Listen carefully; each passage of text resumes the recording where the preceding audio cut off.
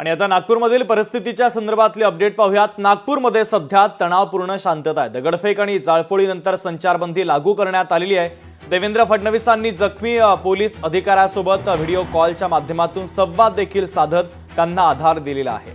नागपूरमध्ये सध्या तणावपूर्ण शांतता आहे, तर पोलिसांचा मोठा बंदोबस्त सध्या नागपूरमध्ये तैनात आहे।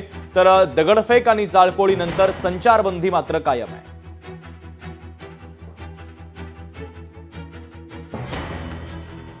मी सर्वांना विनंती करतोय की सर्वांनी शांतता ठेवली पाहिजे। आज परिस्थिती एकदम सामान्य आहे आणि जे आपण कर्फ्यू लावला होता तर ती आमची कारवाई आहेच चालू आणि त्याच्यात कोणीही अफवांवर विश्वास ठेवू नये हे पण माझी विनंती राहील। आणि असे कुठलाही जर तुम्हाला दिसला कोणी चुकीची पोस्ट अपलोड करताय किंवा मेसेजेस फॉरवर्ड करताय त्याच्याबद्दल आम्हाला कळवा।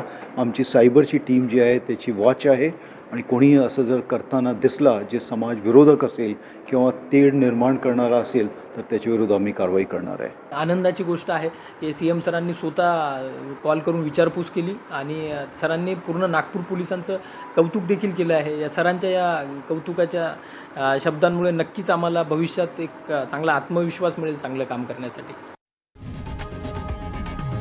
लोकशाही मराठी ऐका, पहा, जागरूक रहा।